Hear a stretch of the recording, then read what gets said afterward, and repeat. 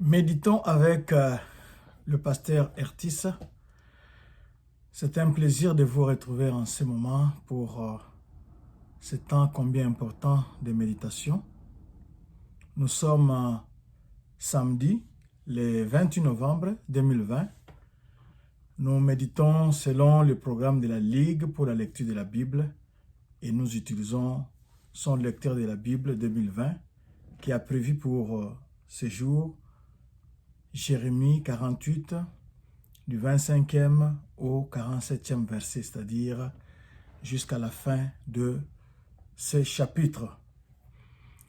Le principal sujet ici ce sont des prophéties prononcées par Jérémie de la part de Dieu contre Moab.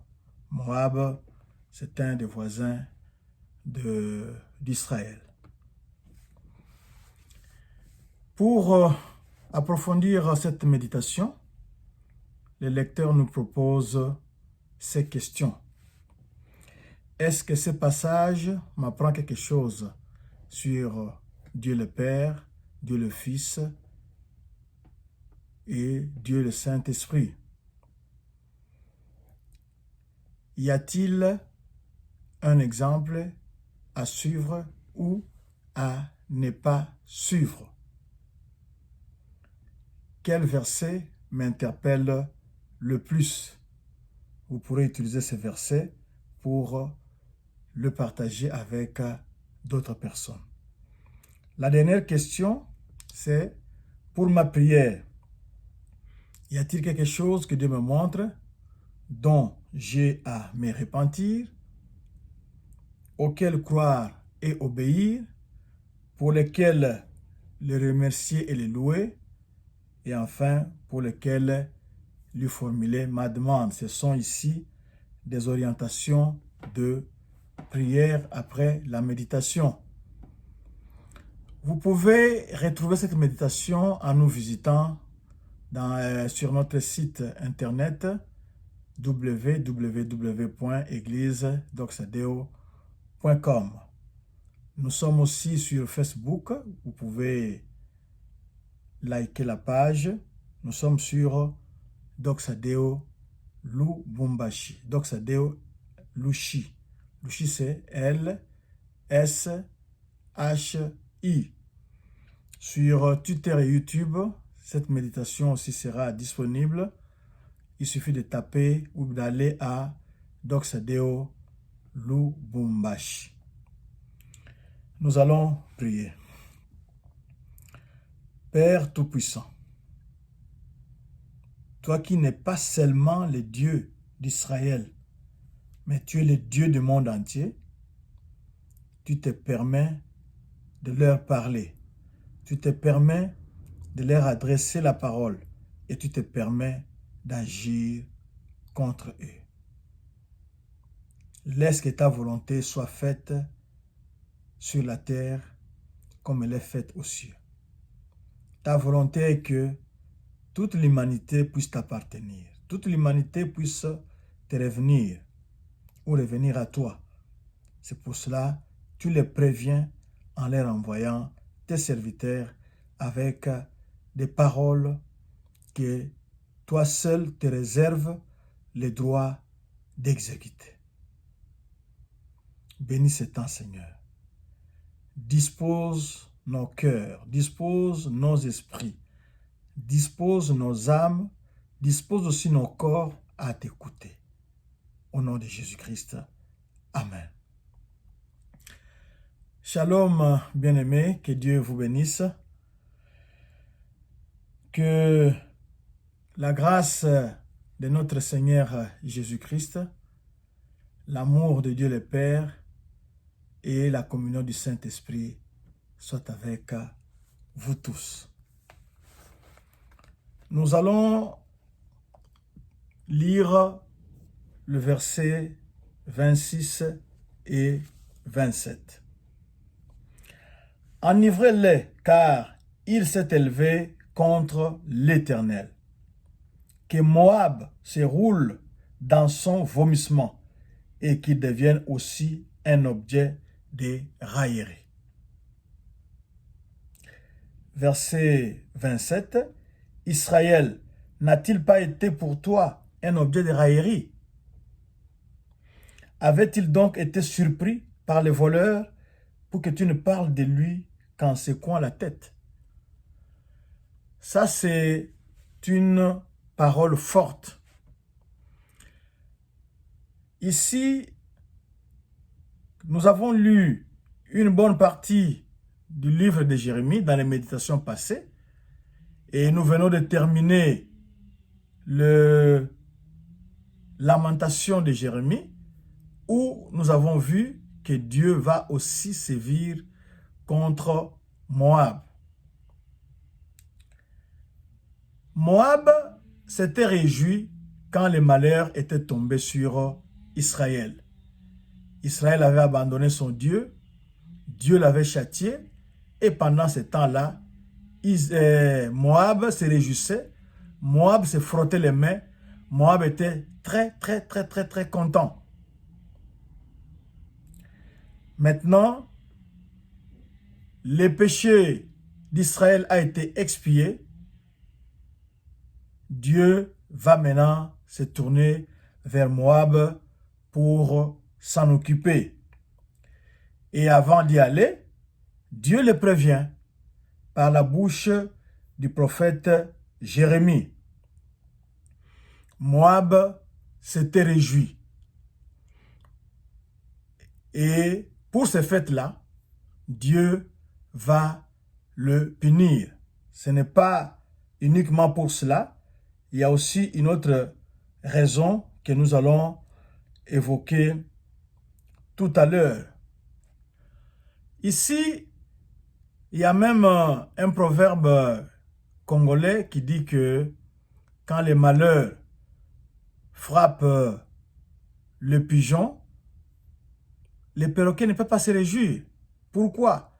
Parce que et les pigeons et les perroquets sont tous des oiseaux. Moab ici avait oublié que ce sont aussi des créatures, même si Moab était en train d'adorer un autre Dieu, le Dieu Kemosh, mais Moab était issu d'Abraham. Moab était aussi des gens que Dieu avait créés. Donc, ils avaient des comptes à rendre devant Dieu. Ils ne pouvaient pas se réjouir du malheur d'autrui. Quand ça frappe chez les voisins, quand ça bade chez les voisins, quand ça ne va pas chez les voisins, Moab n'a pas le temps de se réjouir. Il en est de même pour nous. Il y a des fois où nous croyons des super chrétiens. Quand la faute, quand le jugement tombe sur un frère ou une sœur, nous nous croyons à l'abri parce que nous sommes des super chrétiens. Cela ne peut pas nous arriver. Or, c'est une erreur.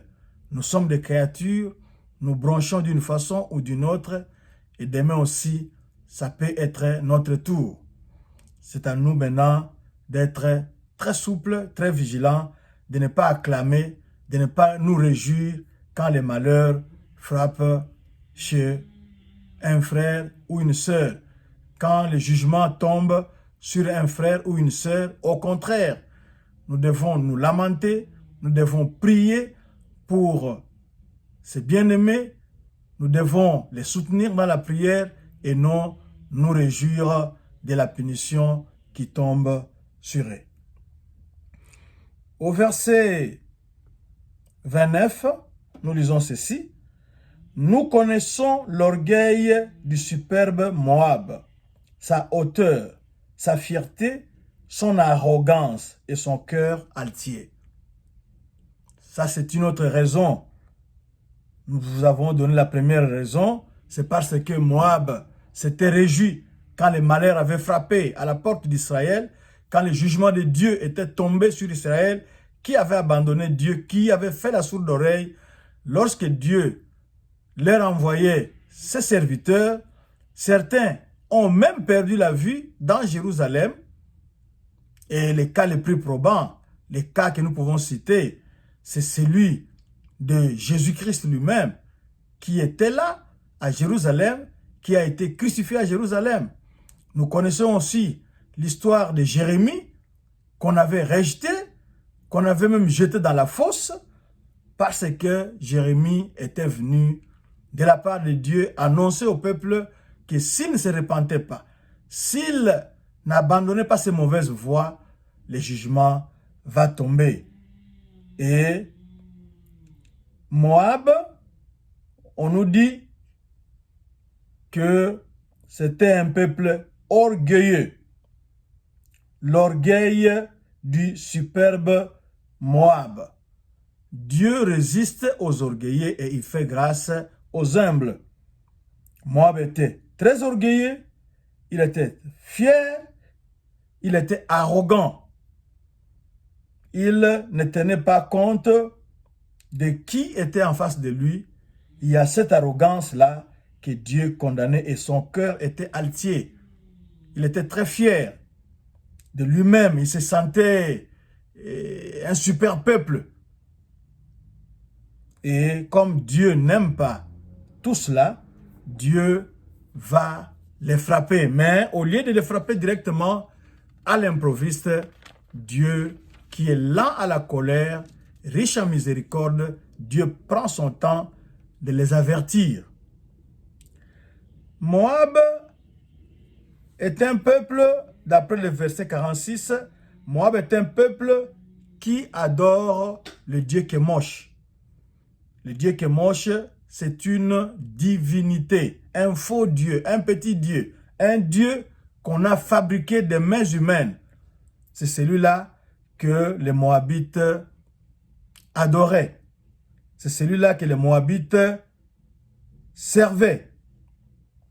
C'est pour cela que Dieu va permettre à ce que les fils de Moab et les filles de Moab soient amenés captifs.